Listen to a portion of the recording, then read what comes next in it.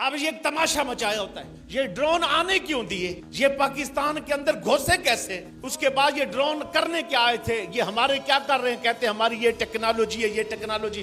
انہوں نے تو اوپر مار ہی نہیں گرائے. اگر واگا بارڈر سے آئے, اگر جناب والا شکر گڑھ سے آئے, اگر سیال کوٹ سے آئے, اگر پٹھان کوٹ سے گزر کے بہاولپور اور بہاول نگر اور فورٹ عباس اس طرف گئے, اگر پیچھے سے کراچی کی طرف آئے, تو یہ ڈرون کیسے آ گئے, تو انہوں نے اندر تک کیسے آنے دیے, ایک فیصل مسجد تک پہنچ گیا. یہ کیا ہے؟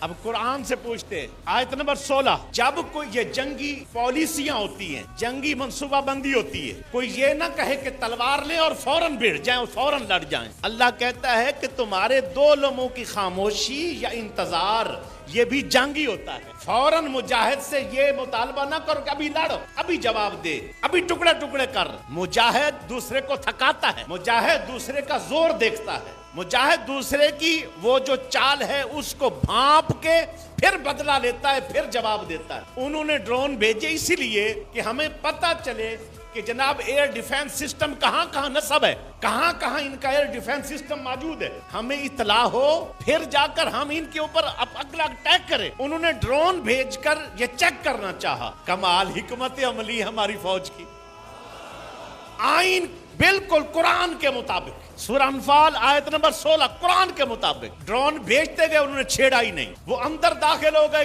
کئی ایئر ڈیفنس سسٹم کراس کر کے انہوں نے کرنے دیا. جب دیکھا کہ اب یہاں تک آ گئے ہیں, کسی کو کوئی نقصان نہیں پہنچنے والا, انہوں نے چھوٹے موٹے شرلیوں مرلیوں سے, کسی نے گن سے مار دیا, کسی نے کسی اور, یعنی مین جو سسٹم تھے اس سے نہیں گرائے تاکہ دشمن کو پتہ نہ چلے.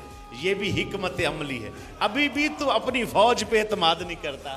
رافیل طیارے جو انہوں نے منگوائے ہیں فرانس کے, یہ طیارے آج تک نہیں گرے. جنگیں ہو رہی ہیں, سب کچھ ہے, ان کا گراف ہائی لیول پر تھا, ہر بندہ پیسے لگانے کو تیار تھا, خریدنے کو تیار تھا, بکنگ چل رہی تھی. رافیل طیارے چاہیے, رافیل طیارے چاہیے. لیکن کیا ہے, جس وقت پاکستان نے پیچھے گرایا ایک, وہ بھی پاکستان ہی نے گرایا. اس بار پھر یہ 3 گرائے تو پاکستان نے ہی گرائے. آپ جا کر دیکھیں, الجزیرہ کے اوپر رافیل طیاروں کے متعلق لکھا ہوا ہے. انہوں نے لکھا ہے ریڈار میں نہیں آتے. پکی بات ہے ریڈار میں نہیں آتے, لیکن کیا ہے, ریڈار میں نہیں آتے لیکن پاکستانیوں کے ریڈار میں آتے, پاک فوج کے ریڈار میں آتے. انہوں نے کہا جو ہمارے ڈرون ہیں یہ ریڈار میں نہیں آتے, یہ اسرائیل نے بنائے. پہلی بار اگر کوئی اسرائیل کا ڈرون گرایا ہے تو وہ بھی پاک آرمی نے گرایا. رافیل بھی پاکستانی آرمی گرا رہی ہے, اگر کوئی ڈرون گرا رہی ہے وہ بھی پاکستانی آرمی گرا رہی ہے. اتنے بڑے کام کر کے تجھے تیری فوج نے دے دیے. نادان قوم ہے, ابھی بھی سمجھ کوئی نہیں. ان کے ادارے تباہ ہو گئے ہیں, بنانے والے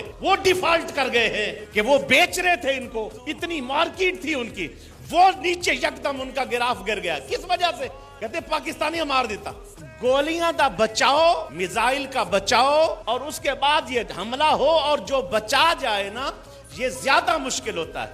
جب ہم بچا گئے اور بچا گئے ہیں مشکل کام, جب ہم کریں گے تو پھر لگ پتہ جائے گا.